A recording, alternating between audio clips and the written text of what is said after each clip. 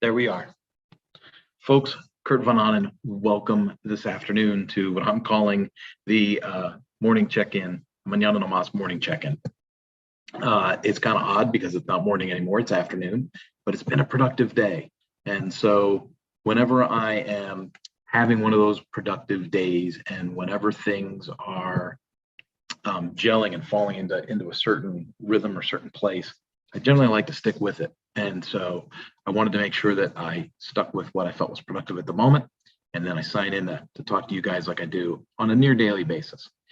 You'll notice Friday, I took the day, right? Friday, I went off-roading. Actually went, four-wheel driving, up in the mountains and stuff. And it was awesome. Just took the day and went. And I talk about that all the time. I talk about, like, as an entrepreneur, you're plugged in all the time. You're constantly thinking of your network, your circle, where your seat is on the edge of the circle, all these things that you hear me talking about. And I'm sure that these are things that, occur to you if you're in an entrepreneur's walk. And sometimes you just got to cut the cord. You just got to go. A lot of times I'll do that with the mountain bike. I'll say, you know what? I've been productive enough today. It's time to jump on the mountain bike and get some exercise. And for me personally, that exercise, that raising my heart rate and struggling for air going uphill is what seems to, like, reset everything and plug me in to make me reproductive when I get back at it in front of the keyboard and the computer. And it's not just the keyboard and the computer, but that is the bulk of where things happen, right? I've been doing a lot lately, networking over the phone, doing a lot of introductory discovery calls, 15-minute calls that I invite with people. And I've been doing this now for over a year, and it's so cool. Someone will get in touch with me on LinkedIn. And for those of you that are watching the replay on LinkedIn today, you might see an invitation from me. Let's say you like this video. Let's say that you like it and I send you a connection request and you connect. Well, chances are you're going to see an invitation from me, not to sell you stuff, not to pitch you. It's not going to be a 3-paragraph message, with pictures of my products and all that kind of stuff. No, it's just a simple thing. Hey, I offer all my new connections a chance to connect on the phone for about 15 minutes. If you're up for a quick call, let me know. And if you are, I'll send you the Calendly link, right? So you can get in my scheduler. You can pick the time that works best for you. And we'll pop on the phone for just 15 minutes. And a lot of times it's just to know who I'm connected to. In a world of AI, in a world where things are so automatic, just adding numbers to my connections list doesn't make sense to me. I don't care if Billy Bob Joe wants to be my connection and be a number in my database. Realistically, if I don't know who Billy Bob Joe is and what he does, chances are I'm never going to call on him for anything. And so I use these discovery meetings to figure out who's in my sphere of influence that I could use, or they could use me to help people that are in their circle that need to have value added to them. I did a discovery call just this morning, and when I talk about having a productive morning, that's kind of what I'm talking about, right? So I got on the phone with a gentleman. His name is Kareem. Kareem, super nice guy, young, really young. In fact, I believe he was born about 10 years after I graduated high school. So, but he's full of energy, seems really intelligent, he's well-spoken, he's got some confidence to him. And he's working in kind of like the IT space, right? Digital marketing, working with funnels and things like that. And so that's what I'm talking about. His catch line or his phrase on LinkedIn might be, driving business via technical posts, or, I'm the ClickFunnels guru of Pennsylvania, whatever, right? He might have something like that as his line, his catchphrase, his title line after his name. But what about that would make me, like, if I'm talking to one of my digital marketing customers, what about that would say, like, if they went, oh man, if I could just get someone to help me, maybe set up a sales funnel to make this project go. If someone could set me up a sales funnel that would just, really get people engaged in this project and help me to have some good return on investment for the effort we're putting in. That 15-minute phone call I had with him today would be the energy, right? That would be oh, hey, I know a guy. I just talked to a guy named Kareem. That's what he does. he's a funnel expert, and he builds funnels for other companies. Let me connect you to, let him do a needs assessment and see where you guys end up, right? That to me is kind of what this, LinkedIn network connecting thing is all about. And so when I have these discovery meetings and it's just 15 minutes of your time, boom, I'm finding out, who are you? What do you do? How can I add value to you today? How can I think of you in the future? And then as those things come up, that's how you put two and two together. Now, in that situation, I'm still a winner, right? People are listening to this and they're going, why is he giving away that he could just sell the funnel? Like, you're probably thinking, I could subcontract Kareem and I don't need to connect him to the customer, and I could do this and I could do that and I could optimize all these things. Let's get down to brass tacks, folks. You can't be everything to everybody. And the more that we leverage our networks and we focus on our strengths, where we're the most productive, I think the more successful and the happier we're going to be. In this situation, Kareem would see me as the connector that brought him work. So he's going to be looking out for me. He sees someone that needs a membership and a learning website. Hey, I know a guy that does that. His name's Kurt. Let me hook you up. Let me connect you guys, right? As far as the customer that I might plug into that situation, the customer is going to think, you know what? Kurt didn't take care of the actual funnel, but he's a connected dude and he seems to know a lot about a lot of things. I'm going to call him the next time I have an issue or I have a problem or I have a concern or I need a solution. And you want to be the person that's known for bringing the solutions, right? Not always the person that's known for taking the paycheck, but the person that's known to have the solution. Now, on the back end, might there be an affiliate fee or, maybe a power partner agreement where, you're taking a percentage or a share? Absolutely, you get stuff in the background. But as far as the consumer is concerned, especially in a B2B world with business clients, I really just want to plug people in and get them the help that they want. I want to be the guy that people run to and go, hey, I was working on a project and I know this isn't your thing, but I was hoping you'd know somebody, right? And out of the thousands of people that I'm connected to, and out of all these meetings I've been having, chances are I know somebody. And if I don't, I know somebody that knows somebody that can find us an answer or a solution to your issue.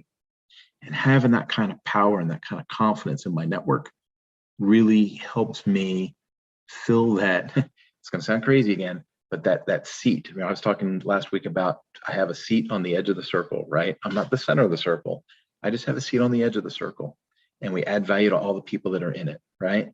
And I share the edge of that circle with all these other people that are professionals. And so when people in the middle of the circle have a question, comment, concern, and they can look at me and go, that's the guy, he's connected, he knows someone that knows someone, let's ask him his opinion.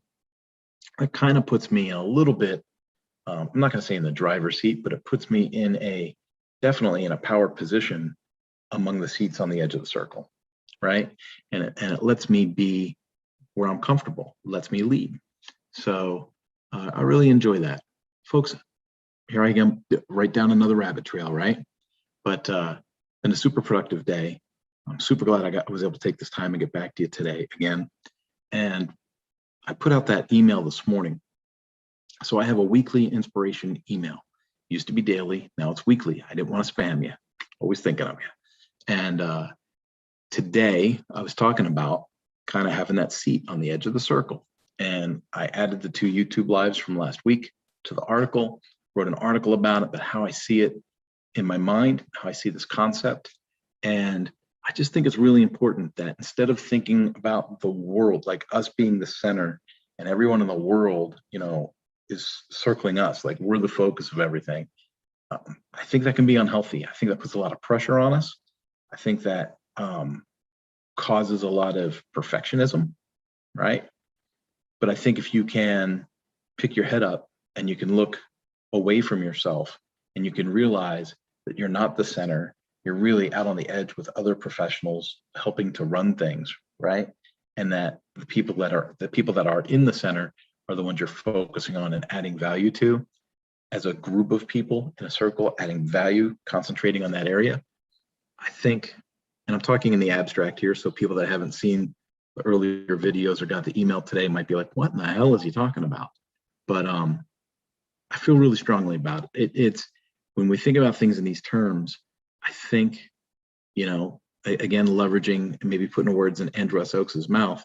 I think what we're doing is we're taking some of the weight off of our own shoulders, and we're saying, look, I'm still responsible for my piece. I'm still responsible for my specialty, for my niche. I'm still responsible. Like, I'm in the power sports training industry. I'm still responsible, for training service departments in my niche how to succeed, right? But there's sales trainers, there's marketing trainers, there's business development trainers, there's BDC departments that do things as a third party. There's all these things in the power sports industry that help that industry educate itself and grow. And I'm just doing that little piece, right? Now, do I have the ability to train in all these things? Yeah, absolutely. If I want to give leadership and communication and sales training to a sales team, I could absolutely pull that off. But is that really my strong suit? Is that my call? Is that really my passion? Is that my desire? And if I'm honest with you, I'm going to say, no. I mean, I can do it and I'm good at it, but that doesn't mean that's what I'm called to do. And that's like such a lightening, such an unburdening, right? Gives you an unladen feel, right? They talk about being yoked and things like that, right? When you talk about comparing yourself to animals and beasts of burden and whatnot. But to release that burden, to free myself from that responsibility, I get the freedom to focus on what my strength is and grow in that strength and become a master of that component. And when I say that I'm a master of that component, it's freakishly bizarre how I can go into almost any motorcycle dealership. And, it's funny, dealer owners will say, so what are you going to do when you get here? And what's this and what's that? What's it? And it's like, you know what? Let me get there and do a needs assessment and see where we end up. Let's just see where we get after viewing things, and the Power Sport Academy is mostly virtual, and I do a lot of things from home, and I do a lot of things with live support calls on Zoom, so they can actually walk me around and give me a tour with their smartphone and stuff. And it's amazing what I'll see through that. And the Power Sport Academy is really based in a realm of basic training for these service departments, because there's so much work to do with communications and processes and stuff, right? But even after they get through all that training, and even after they've added, $500,000 in revenue to their department in a year, there's still room for growth. And at that point, when I go and do a physical visit at a dealership, I can just walk through and go, bingo, bingo, bingo, bingo, bingo, and then come up with another list of things to take us up another $400,000, $800,000, $900,000 in revenue for the next year. And it's really, really fun to do that. When you become a master at what you do, it becomes almost a game to play with it and know that you're going to get results for your client. Kind of like Andrew Eagleton, right? Andrew Eagleton's down in Australia, teaches people how to do presentations, and he's a presentations master. And he makes no bones about saying, I am going to master this. I am a master of this. I have become masterful at this. And it's having that confidence and knowing what you bring to the table and being sure of yourself, at least in your specialty, that makes things really tick. I'm old. I'm in my 50s. I've got 20 years of dealer experience, 10 years of OEM experience. And if I didn't pick up some of these things along the way, there would have been something wrong with me, right? But I'm willing to apply it and use my passion to help the dealers in a dealer direct kind of way. And so, again, I get back to, it's knowing that my seat is on the outside of that circle looking in, and we're adding value to all the people in the circle. And I can have a seat on multiple circles, and they may even intertwine and overlap a little bit, but identifying who are you sharing your circles with and who are you adding value to. And that becomes like this huge, huge advantage for you. And again, takes the burden off of you, gives you the freedom to excel and be awesome at what you do and be unapologetic for it. That's awesome. Guys, I know I'm late. I know it's almost 4 o'clock in the afternoon here in California. So my folks on the East Coast, it's already evening. You might have already had dinner. So if I interrupted dinner, I apologize.